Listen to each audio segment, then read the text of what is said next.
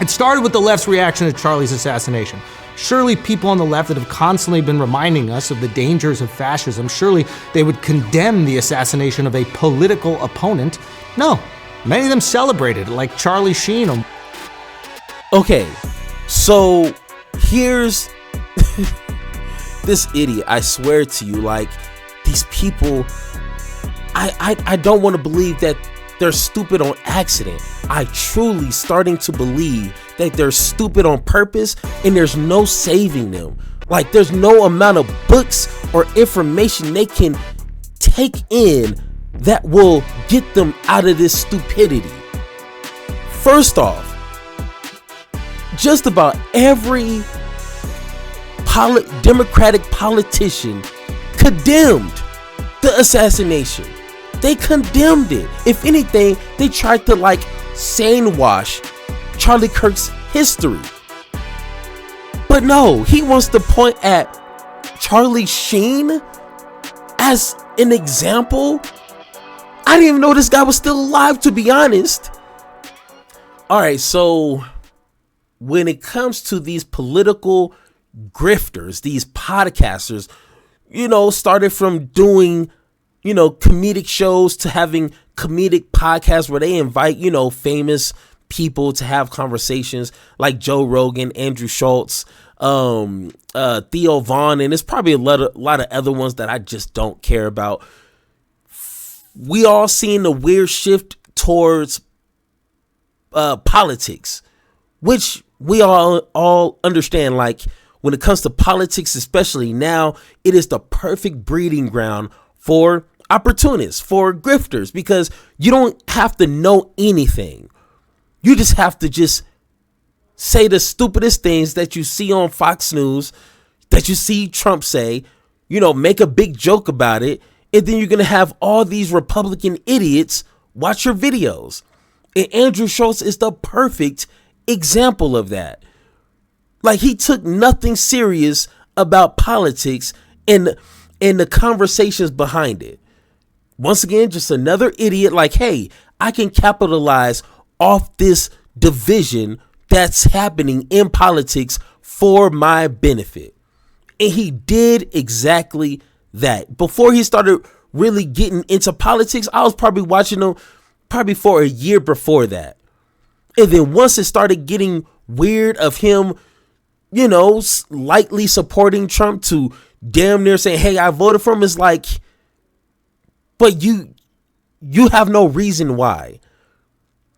And now this entire Jimmy Kimmel firing is starting to put a little fear into these same idiots, because Jimmy Kimmel, a comedian, is someone that understood his First Amendment right. Hey, I got the right to criticize our government without fear of retaliation. But of course, that's not happening.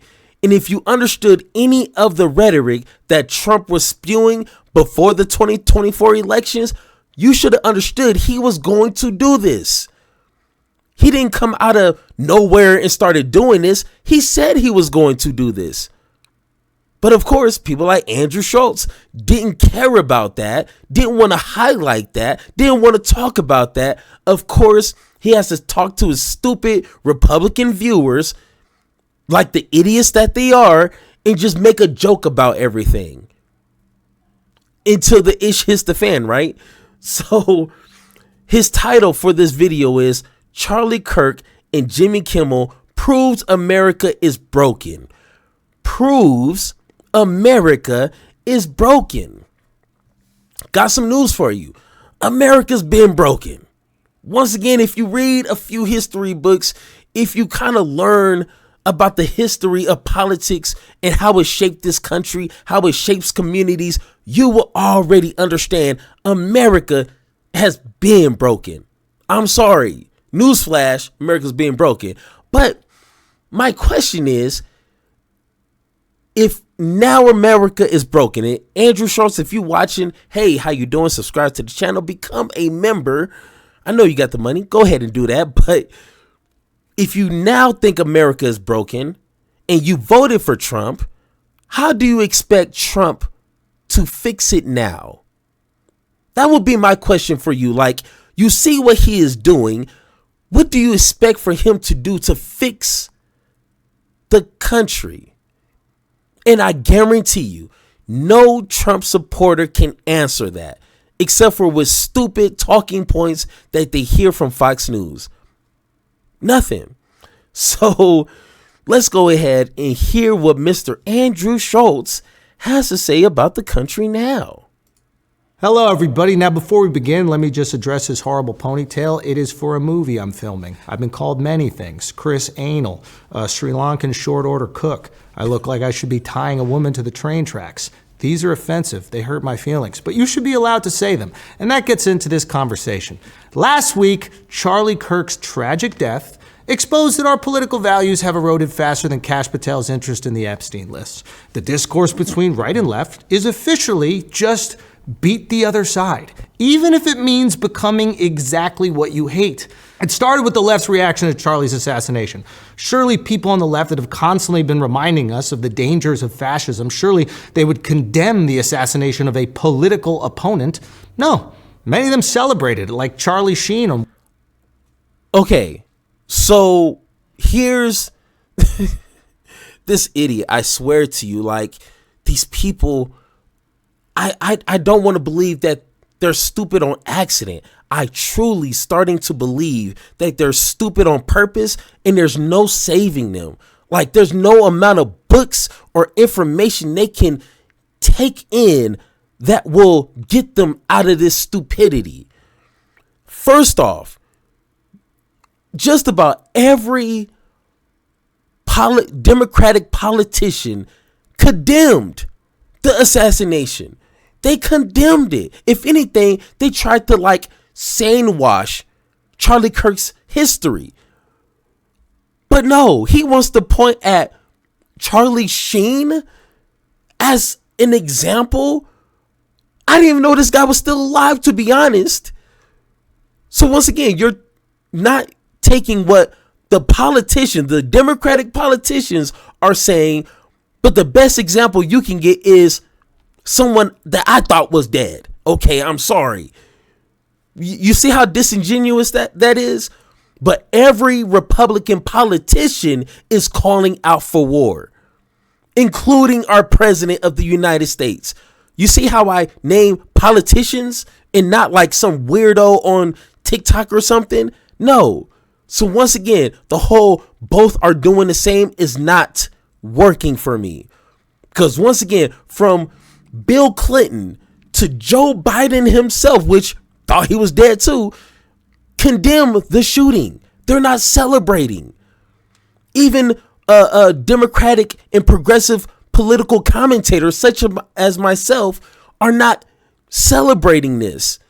But of course, you got to find the one example to try to prove a stupid point. So Andrew Shultz, grow up, learn something. Got you. World AIDS Day, and that's just about as fascist as Putin's pierogies, which is not only a food, it's what he calls his housekeepers. Now, I've heard people say, well, technically that's not fascism because the government didn't assassinate the political opponent. Wow, nuance. I'm glad the people that called Sydney Sweeney a Nazi for wearing jeans learned what that is. Now, for the record, once again, when you're trying to be too funny, but you don't even characterize the argument correctly. Once again, stick to comedy. Politics is not your thing, Andrew. I'm sorry. Stick to what you're good at, okay? Just because her bra size is SS doesn't mean she's Goebbels. Now, it wasn't just the left. The right, the party that ended cancel culture, the party that is keeping free speech alive. Surely they maintain their values in the face of tragedy? No, they folded faster than a pair of Peter Dinklage's dungarees. Jimmy Kimmel, who for anyone under 50 is a late night TV host, and for anyone under 40, late night TV is how the pharmaceutical industry gets your uncle hooked on opioids. And for anyone under 30, TV is like TikTok, but your phone is sideways and not controlled by Bamboo Babe Ruth. Anyway, Jimmy's show is taken off the air because he allegedly made a joke about Charlie. I watched the segment. You watched the segment. He did not make a joke about Charlie at all. The joke was about Trump and one of his reactions to Charlie's death, which was ridiculous. He started talking about White House renovations, which, if he hadn't kicked out all the Mexicans, would have been done by now. Now, Okay, gotta admit, that one was kind of funny. It had me chuckle when I first seen it. I'm chuckling again, okay? That was a decent joke right there. Will say Jimmy did spread misinformation about Charlie's killer, saying that he was right-wing. I don't know how right-wing you can be if your girlfriend has a cock. We'll have to... Okay, now, this is another talking point from Republicans, and maybe I need to make a segment talking about this here, but I'm just going to just wrap it up in a nice summary here, okay? Being trans, being gay is not a Democrat thing. There's plenty of trans people. There's plenty of gay people that are conservatives, that are Republicans and voted for Trump. It's weird how, like, oh, he had a trans boyfriend, so he had to be left. Like, no.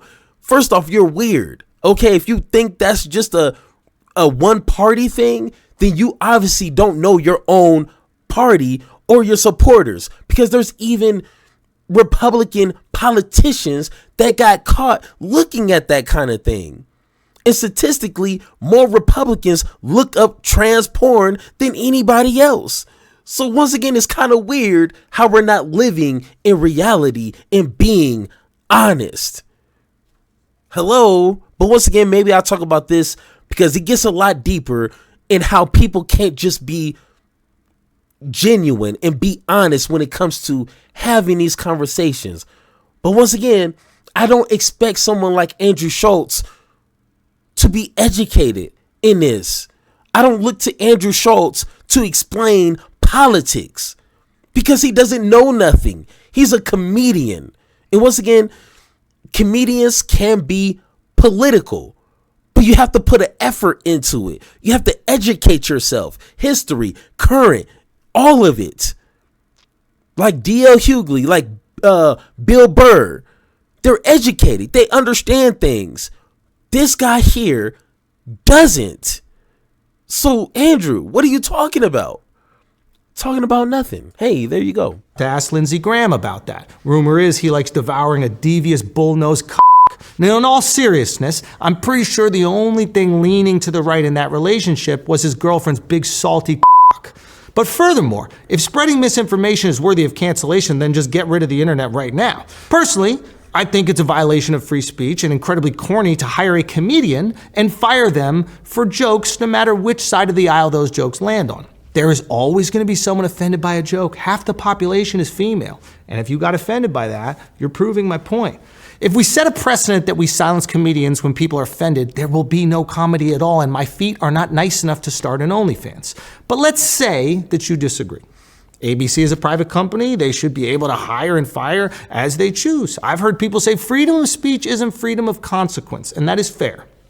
But is ABC simply firing an employee over a joke they didn't like? Or is it Trump's FCC chair, Brendan Carr, going on a podcast the next day saying Jimmy Kimmel should be punished and saying we can do this the easy way or the hard way, which is what Tyler Robinson's girlfriend said on their first date when she whipped out that vindictive, conniving c*** with salt all over it Himalayan.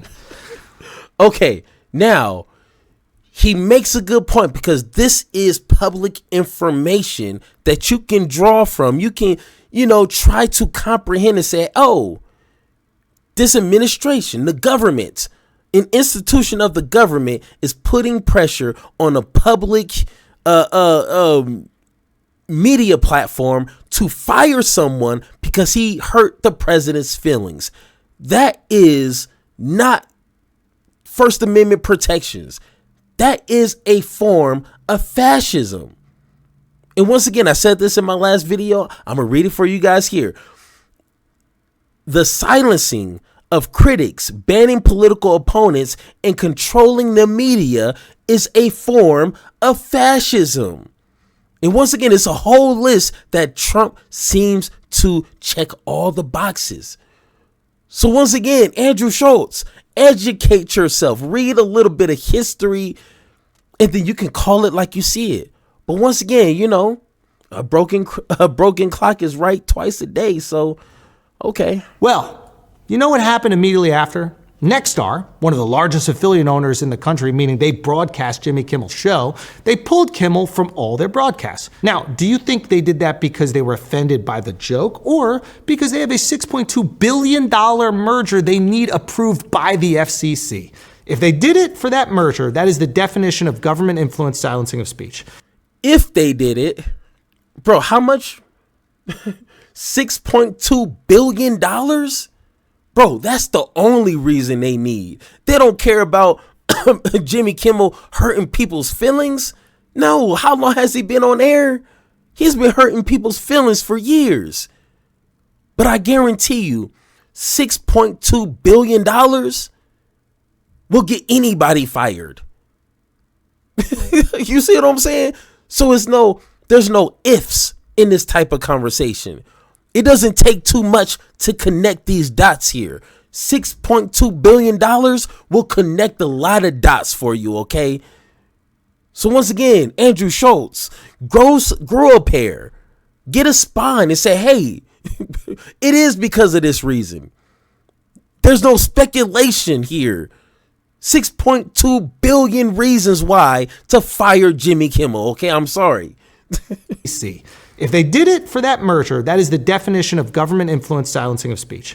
And now all these staunch free speech advocates are doing mental gymnastics to get around the fact that they're okay with government-influenced silencing of speech as long as it's for their opposition. You want to know who wouldn't be okay with that? Charlie Kirk. Love him or hate him, Charlie gave a microphone to his political opponents, asked audiences to treat them with respect. He quite literally amplified the voices of those he disagreed with. How do you think he would feel about his tragic death being used to silence political opposition? Honestly, do you think that he would advocate for canceling Jimmy? Yes. I'm being 100% honest here. He would not care.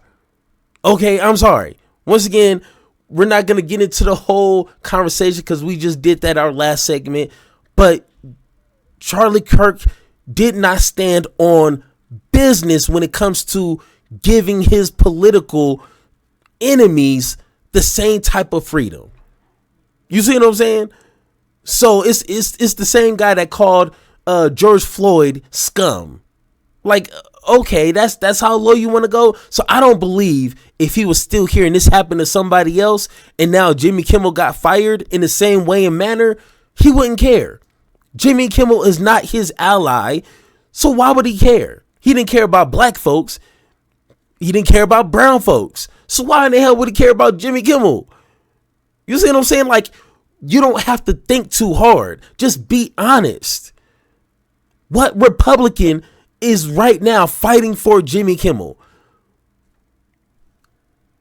I don't know any right now. So why would you think Charlie Kirk would be the anomaly, would be the outlier in this story? In my opinion, he wouldn't. So there's no way. I think he'd be furious about it. I think his supporters should be furious about it. And I think his detractors should be furious about it. It shouldn't even be up for debate. And you're right. It shouldn't be up for debate. But once again, we live in an environment where being honest, being truthful, and having a conversation with substance isn't glorified, isn't asked out of these politicians, Republican politicians. It's not being asked for. There's no incentives for these people to be honest. So why do they need to care about anything? Once again, let's just be honest here. They don't care. They never have cared. And unfortunately, with Charlie Kirk dying, they still don't care. This is not a turning point, no pun intended, for them to turn around and now like look at America like, oh, people have constitutional rights. Maybe we should respect their rights. Maybe we shouldn't do all this grimy stuff to strip away people's rights. No, I'm sorry. They don't care. Once again, I said it before. I'm going to say it again. Little kids got blown to pieces by an AR-15. They could not identify the bodies. They only could identify the kids by the shoes that they were wearing, okay? And the country did nothing. So I'm sorry if I don't believe that Republicans or anyone is going to change their mind now. Sorry. Hey. that's just kind of how reality goes. So Let's see how you do under pressure. Yeah, I've been wanting this shit forever. I've been in the field with whatever they throw at me. Brush it off, pick myself up, moving on to the better. Hey. Yeah. Ain't no errors, baby, it's a new era. I wake up early feeling rich like I'm Kesha. I get to the paper, boy. Extra, extra.